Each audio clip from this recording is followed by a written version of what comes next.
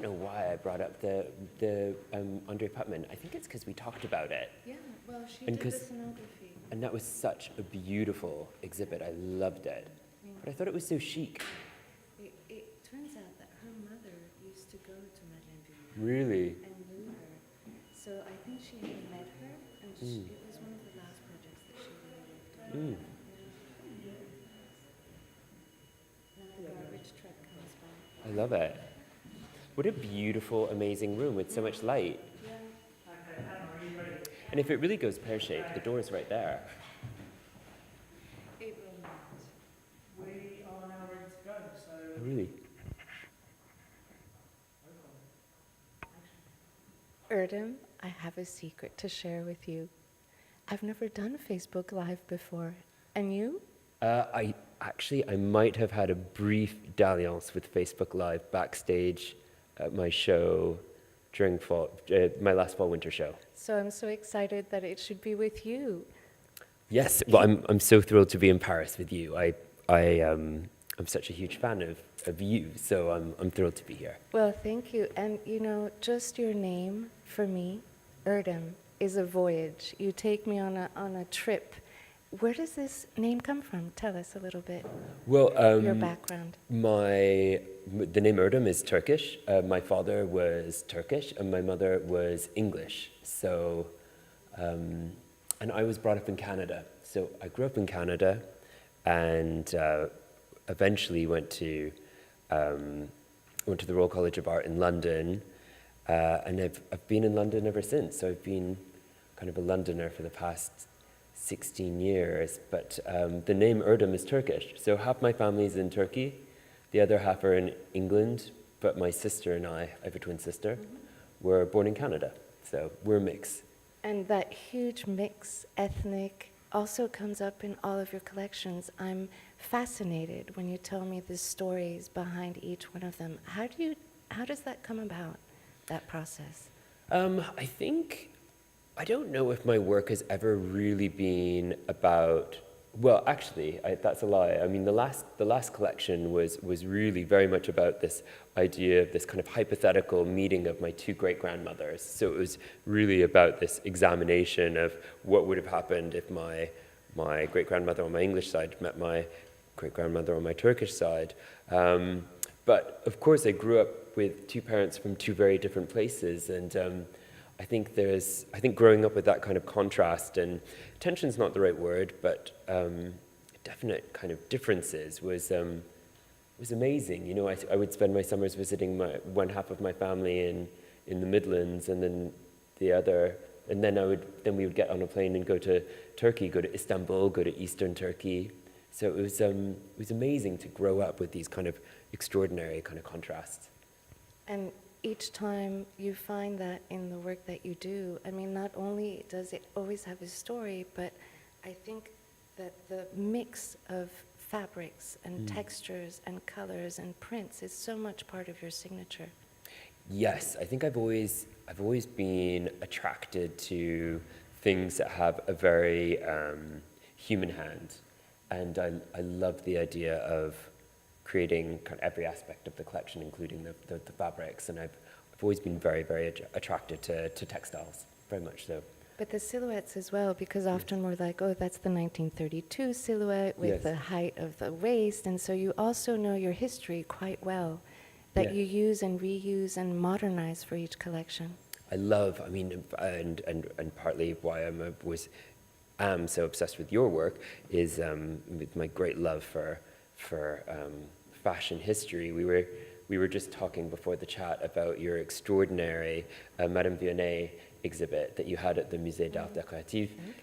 That was just so beautiful, and it was all of the beautiful sets were designed by the late Andre Putman, who's extraordinary. So I will say how much I think your work is amazing. And what I love about all of your silhouettes is that they're so modern, but they look back to the past for the most elegant features of a woman's body. How important is femininity for you?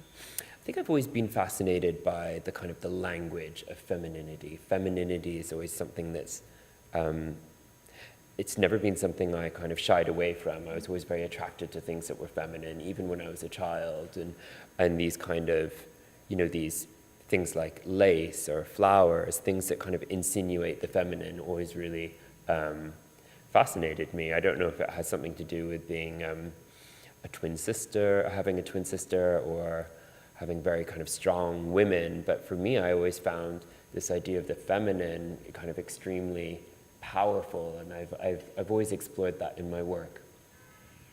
Another thing that I find fascinating, and it's quite unique in these days, is that you are self-financed. You don't belong to a group. No. How difficult is that? How challenging is it in today's fashion landscape to be independent? Well, I think independence is the only thing I've ever known. So I'm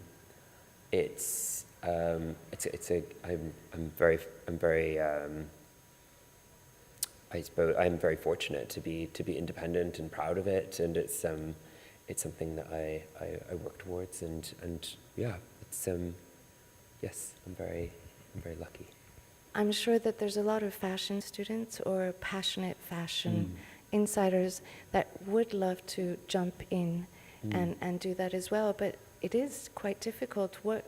Why did you choose not to go into a group, or what counsel would you give the young generation that's coming up?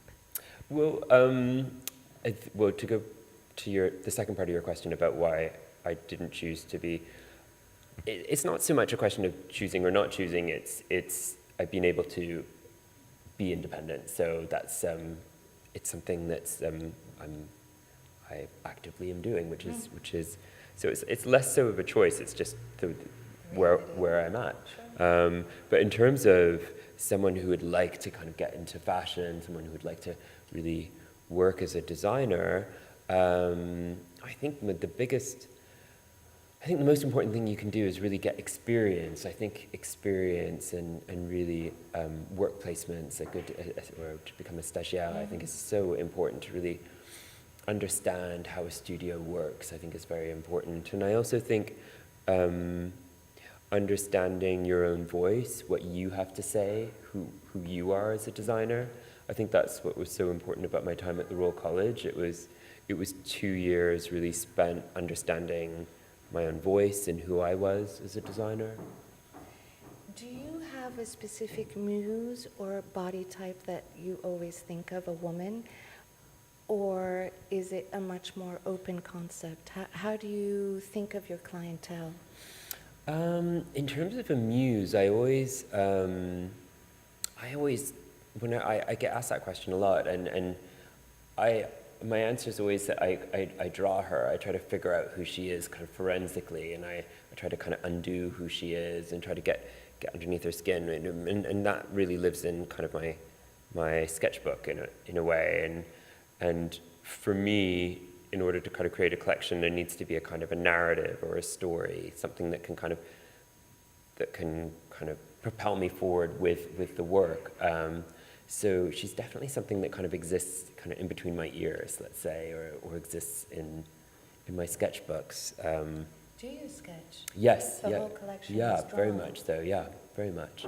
I work very much flat, and research is also something that's very important to me. And then suddenly, of course, working with pattern cutters, things become three-dimensional, and once the fabrics are developed and everything becomes 3D, and that's when things get very, very exciting.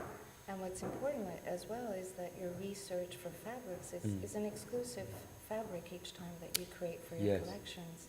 Yes, I mean that's something that really I was very that I felt was very important from the beginning, and developing very strong relationships with mills that have existed for a long time. Mills here in France, in Italy, and in England, of course. What is the most challenging part about that? I remember working with Dries, and he also works only with exclusive fabrics that he makes for each collection, and it's getting harder and harder because a lot of the mills are closing, or maybe there's a whole new generation that will be coming up. I mean, well, yes, there is that issue of like a lot of the older mills definitely have. There's been quite a few that have closed, and and other mills absorbing other mills as well. But it's such a fundamentally important part of the development of each collection to be able to create those fabrics. So it's a collaboration that I so enjoy. It's very important. I know some of your clients collect each of these pieces, each collection. So they have an Erdem wardrobe. How do you feel about the fact that they can mix and match from the past and the present and the future collections? I love that. I love the idea that you could create something and someone would wear it 10 years, 12 years after the fact. I think that's the most wonderful thing is when I can see someone wearing something from a collection that they've had for over 10 years. I find that such a wonderful compliment. What advice would you give a client, if advice should be given? I mean, I think I have the most extraordinary, amazing clients who come from so many different backgrounds. So I think, there's so many different, strong, amazing, independent women. I couldn't even imagine what kind of advice I would give. Being in Paris, what does it, I know that you come every season. Yes. You have a showroom here. Yes. So it's always wonderful to see you when you come. Yes.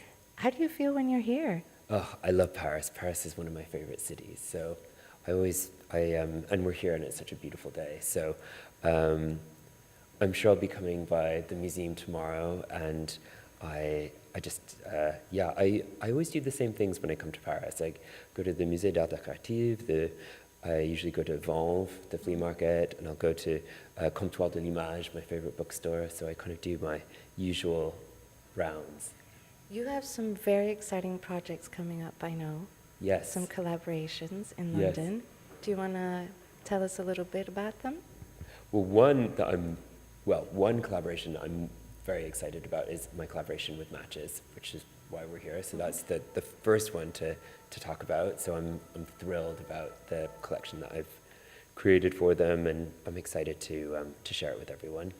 And also I'm very excited to be working with the Royal Ballet and to be creating my first ballet. So that will be premiering next year. So I'm thrilled to be working with the Royal Opera House. So I think on that note, we're going to say au revoir. Au revoir, merci. Thank you. Thank you.